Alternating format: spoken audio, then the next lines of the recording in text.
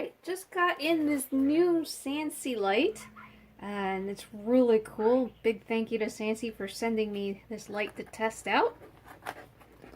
This is the 70 watt, and I saw this also on Brad's greenhouse. And one thing that's really cool about this is that it's supposed to be water resistant. So a little info there, warranty card and instructions. I will not be testing it out the way he does. That's a little too scary for me. But the greenhouse gets plenty of moisture and water, so I think this will do good out there. So even though this is sold as 70 watts, I've heard that it's actually more around 40, but the light output on it is really cool. It's got 12 lenses there for the LED, full spectrum light for plants. And it's got... there's some info there. And it has this handle here. You can hang it from this. Or you can set it up as a spotlight like that. And it comes with this hardware for hanging it. Alright, so there it is with the hinge holding it up. The switch on it is covered because it's supposed to be water resistant, so that's pretty cool. And a small plug.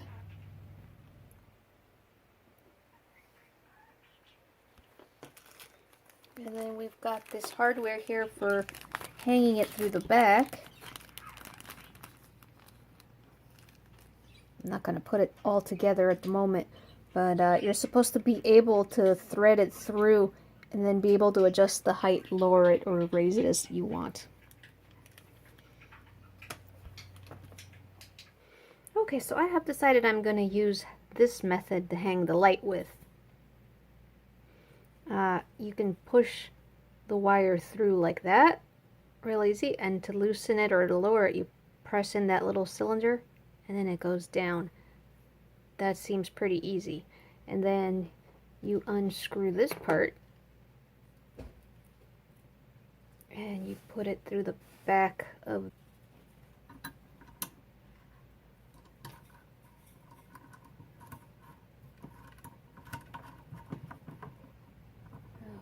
go. That part's real easy. Now, this is kind of a silly idea, and okay, first of all, Sansi, these directions are not very good. You just get this little picture here. What it is you take the wire completely off of your hook. You take it out of that, and then you wrap it around whatever you're going to hang it from, a hangy hook, or in this case it looks like a bar going across, and then you thread it through these tiny holes in the cylinder once, and then through in the other direction, and then you put the screw ends and you tighten on each side with the screwdriver. That's just too fiddly and too, I mean, it can be done, but it's tedious and it would be hard. I think this is actually a bad design, and probably most people aren't going to bother with it. The other problem with this design is that if you ever want to put the hook back on,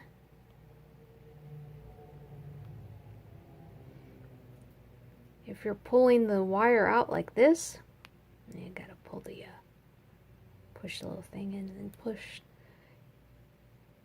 to put it back in and thread it through this hole. I don't even want it to come out all the way. I'd be afraid that I wouldn't be able to thread it back through. So yeah, this is not a good idea to take it off, I don't think. Okay, so this is not the final setup. We're just testing it out to see how it lights everything up. It is brighter than that one hanging there is 24 watts.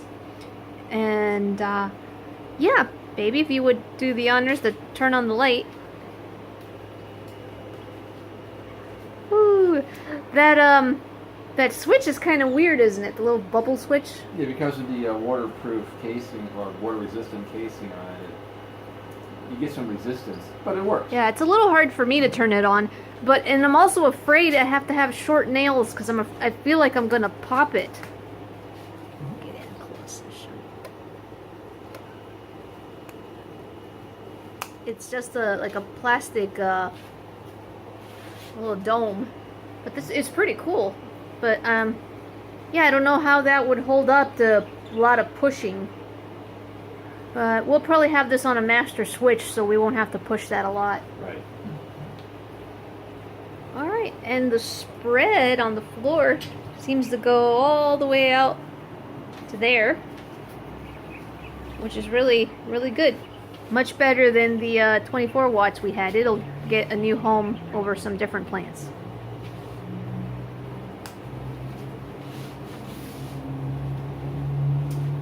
And there's what the 24 was doing, and I would say it goes to like right where that paint blob is.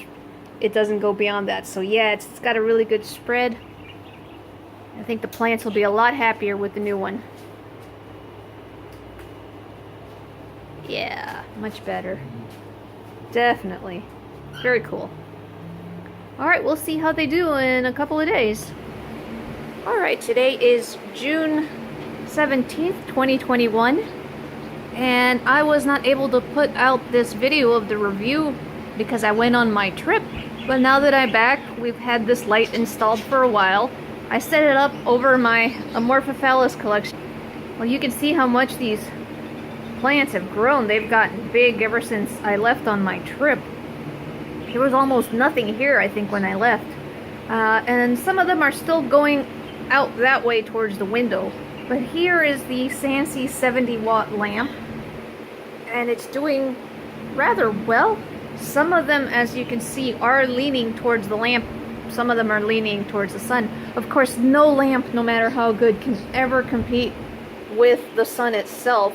But I think my plants have liked this, and the reason I like this lamp is because I just watered out here, and this lamp, I don't know if you can see, it is wet.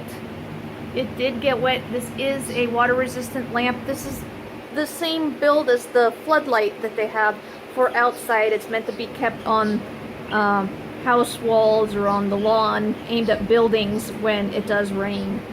And the cord got wet here. And this is the start button. It's got that hard plastic over it to protect it from moisture. And I was definitely not trying to purposely get it wet. I do my best to avoid these. And nothing, thank goodness nothing blew up. It's fine. So that is the reason I like it, and I am planning to slowly over time replace a lot of the lights that are out here, because this area does have such high humidity and it gets watered very often. I probably will be replacing the lamps that are here for the vegetable and orchids. So yeah, that is the review of the Sansi 70 watt. They are expensive lights, so I will be slowly replacing them over time. I'm rather happy with it, and I guess most importantly, the plants seem to be liking it. So I hope you guys enjoyed this review and small greenhouse update. Alright, have a good one. Des, signing off.